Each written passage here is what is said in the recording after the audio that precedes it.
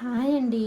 ఈరోజు మన వీడియో ఏంటంటే చిన్న పిల్లలు ఉంటారు కదా, 1 ఇయర్ టు 3 ఇయర్స్ వరకు అలాగా ఆడపిల్లలకి మెయిన్గా ఎక్కువ దిష్టి ఉంది అంటారు.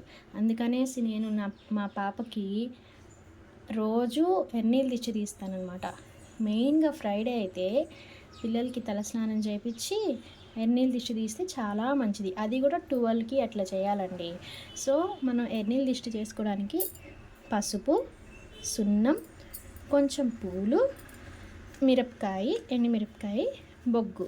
మీకు కావాలంటే ఎంట్రుకులు వేసుకోవచ్చు. ఇంకా మీ పద్ధతిలో మీరు చేసుకుంటారు కదా, అలాగనమాట. మా పద్ధతి ప్రకారం అయితే ఇలాగ చేసుకుంటాం అన్నమాట. పసుపు, ఇంకోటి ఏంటంటే గంధం కూడా వేసుకోవచ్చు కావాలంటే.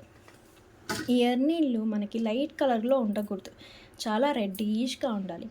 అందుకే ఎర్నీళ్ళు అంటారనమాట. అలా రెడ్గా ఉన్నప్పుడు పిల్లలకి దిష్టి తీస్తే ఏదన్నా వాళ్ళ మీద దిష్టి పడినా, అంటే చిన్న పిల్లలు క్యూట్గా ఉంటారు కదా, సో అలాంటప్పుడు ఏంటంటే వాళ్ళకున్న దిష్టి పోతుంది అని పురాణాల్లో పెద్దవాళ్ళు అందరూ నమ్ముతుంటారు. అందుకని మెయిన్గా పిల్లలకి మంగళవారం, ఆదివారం, శుక్రవారం ఈ 3 రోజులు తీస్తే చాలా మంచిదని నా అభిప్రాయం. నేను నా పాపకి అలాగే చేస్తాను.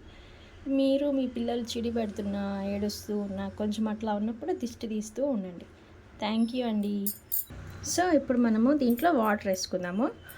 వాటర్ వేసుకుంటే కొంచెం సేపటికి రెడ్గా అయిపోతుంది. చూడండి, వేస్తున్నప్పుడే కొంచెం కలర్ చేంజ్ అట్లా తెలుస్తూ ఉంది మనకి.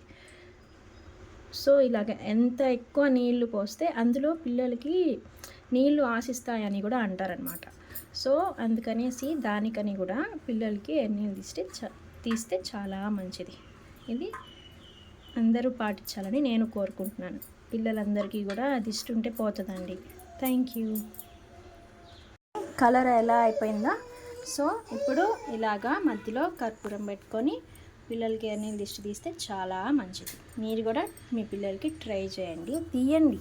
ట్రై అని కాదు, కంపల్సరీ తీయాలండి. పిల్లలకి తీస్తేనే వాళ్ళు చిడి పెట్టకుండా, ఏడవకుండా సంతోషంగా ఆడుకుంటూ పాడుకుంటూ ఉంటారు. అందులో వాళ్ళకి దిష్టి పడడం వల్ల ఒళ్ళు నొప్పులు కూడా ఉంటాయన్నమాట. వాళ్ళు మనకు చెప్పలేరు కదా, కాబట్టి ఇలాగా దిష్టి తీస్తే చాలా మంచిది. Thank you.